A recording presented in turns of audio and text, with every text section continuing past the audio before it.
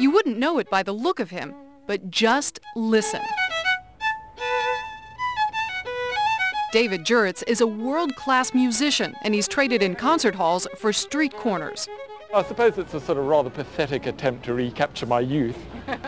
How's that coming? Well, the youth isn't coming back, sadly, but I have found I've really enjoyed it. It's more than just a midlife crisis. Has he got the dog? He's got the dog, yeah. In June, Juritz left his wife and 2 children in London for a solo tour around the world, 6 continents and dozens of countries, to raise money for a project he calls Musiquality, bringing music to children in developing countries, all the while keeping a video diary for CBS News. If no one's listening to you, you almost feel that you don't have a right to be there. It hasn't been easy. At times he was ignored, sometimes even upstaged. There's a competition in Leipzig. And he couldn't even set foot in India. He didn't know he needed a visa. The one thing that saved him every time in every country was his sense of humor. I spent all morning wrestling with that old conundrum, do your laundry or go to the Forbidden City. Clean clothes always came second. In 4.5 months, David has collected $65,000, and he's even done a little teaching along the way, though not always in tune.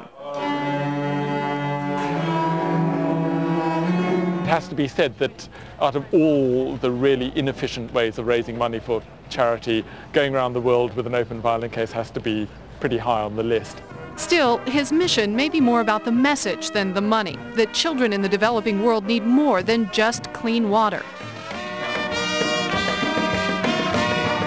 They need a future, and if they're going to have a future, they've got to have kids who believe they can be part of that, who want to go on to become the scientists, the doctors, the business leaders, the teachers, the nurses.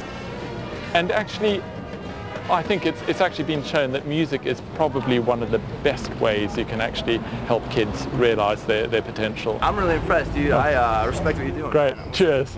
Great, thanks, mate.